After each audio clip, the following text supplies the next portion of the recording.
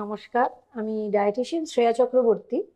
আজকে একটা খুব ইম্পর্টেন্ট টপিক নিয়ে আলোচনা করতে এসেছি, সেটা হচ্ছে আনওয়ান্টেড প্রেগনেন্সি।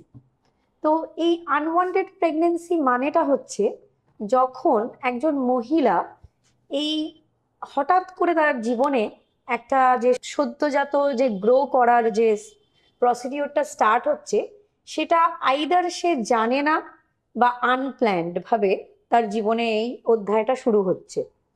এটা বিভিন্ন কারণে হতে পারে। আমরা এই সিচুয়েশনটা জাজ করতে এখানে আসিনি, কারণ একটা প্রেগনেন্সি একজন মহিলার কাছে খুবই ইম্পর্টেন্ট হওয়ার কথা। কারণ মহিলার জীবনের সাথে এই মাতৃত্বের স্বাদটা খুবই ইম্পর্টেন্ট। সব মহিলারাই এটা হয়তো চান, কিন্তু কিছু কিছু মহিলার জীবনে যখন এই সময়টা আসে, বিভিন্ন কারণে সেটা হতে পারে। একটা কারণ হচ্ছে ফার্স্টেই সেই মহিলাটি হয়তো সেই প্রাপ্তবয়স্ক হয়নি, হয়তো তার বিয়েও হয়নি। তো সেই কারণে তার এই প্রবলেমটা হঠাৎ করে হতে পারে। অবশ্যই তার মেনস্ট্রুয়াল সাইকেল শুরু হয়েছে, কিন্তু প্রাপ্তবয়স্ক বলা হয় যেটা বলতে যার বিয়ের বয়স সেটা হয়নি, তাই জন্য তার বিয়েও হয়নি, কিন্তু তার জীবনে হঠাৎ করে এই কাণ্ডটা ঘটে গেছে। সেটা একটা কারণ হতে পারে অ্যাবর্শনের। দ্বিতীয় নম্বর, ফাইন্যান্সিয়াল কন্ডিশন হতে পারে। কারণ সে হয়তো এখনো সেভাবে স্বাবলম্বী নয় তার পরিবারের সাথে। আবার হতে পারে কোনো রকম হঠাৎ করে বিয়ে হয়ে গেছে, কিন্তু একটা ফ্যামিলি ডিসপিউট হচ্ছে যে কোনো কারণে, যার জন্য তারা হয়তো নতুন কোনো জীবনকে আনতে চান না। অথবা এটা হতে পারে যে রেসপন্সিবিলিটি নিতে পারবে কিনা সে জানে না। সে হয়তো একজন অত্যন্ত সাকসেসফুল ওয়ার্কিং ওম্যান। তো এবার অনেক মাই কাজ করছে, তারা সুন্দরভাবে লালন পালন করছে তাদের বাচ্চার, কিন্তু এটা নিজস্ব চিন্তাধারা, এটা নিয়ে আমরা এখানে জাজ করতে আসিনি। একটা নতুন জীবনকে গড়ে তোলাটাই হচ্ছে একজন মহিলার খুব ইম্পর্টেন্ট। কিন্তু বিভিন্ন কারণে হতে পারে এই আনওয়ান্টেড প্রেগনেন্সি এসে গেছে, তখন এই মহিলারা খুব হতচকিত হয়ে যান, খুবই স্বাভাবিক। কিন্তু তাদের হয়তো খুব কঠিন হয়ে এই ডিসিশনটা নিতে হয়। এবার তারা হয়তো সমাজকে জানাতে চাইছে না ব্যাপারটা। তো তার জন্য তারা বিভিন্ন উপায় নির্ধারণ করেন যে কিভাবে এই আনওয়ান্টেড প্রেগনেন্সিটাকে সরিয়ে ফেলা যায়, তারা কিভাবে এর থেকে নিস্তার পাবে। তো সেই জন্য তারা বিভিন্ন উপায় গ্রহণ করে, যেরকম হচ্ছে ধরুন সেলফ ইনজিউরি করতে পারে, নিজেকে কোনোভাবে হার্ট করে যাতে এই প্রেগনেন্সিটা থেকে সে বাঁচতে পারে। এটা তো একটা বিশাল বড় ক্ষতি তার শরীরের জন্য।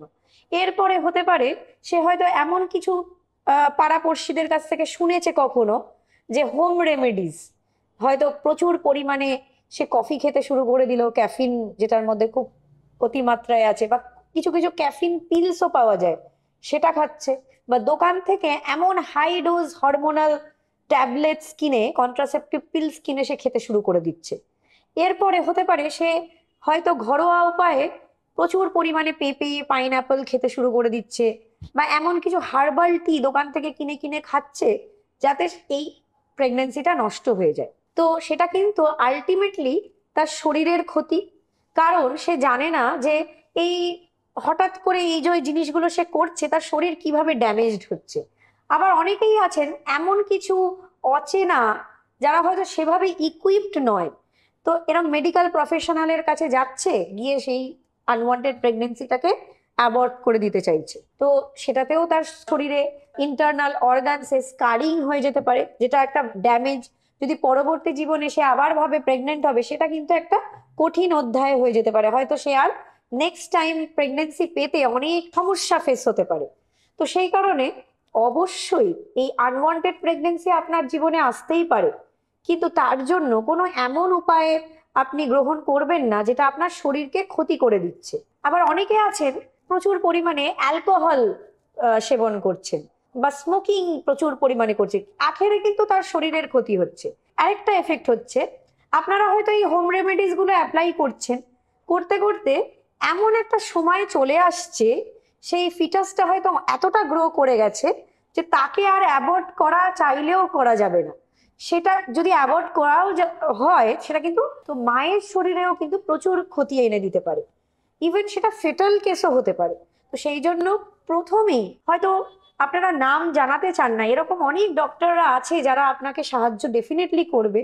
তো সেই জন্য একজন মানে ডিগ্রিধারী ঠিকঠাক গাইনোকোলজিস্ট ডক্টরের কাছে যান, যিনি আপনাকে সুন্দরভাবে গাইড করে দেবে কি করে এই আনওয়ান্টেড প্রেগনেন্সিটাকে থেকে আপনারা মানে দূর করতে পারবেন নিজের জীবন থেকে। এটা অত্যন্ত কষ্টদায়ক, কিন্তু তবুও এই প্রেগনেন্সি থেকে আপনারা মুক্তি পেতে চাইছেন। তো সেটা কিভাবে করবেন? তো ডক্টরের কাছে যান, তিনি যা যা ভাবে মেডিকেল আপনাকে যা ট্রিটমেন্ট দিচ্ছেন বা আপনাকে যা যা ওষুধ খেতে বলছেন সেটা করুন।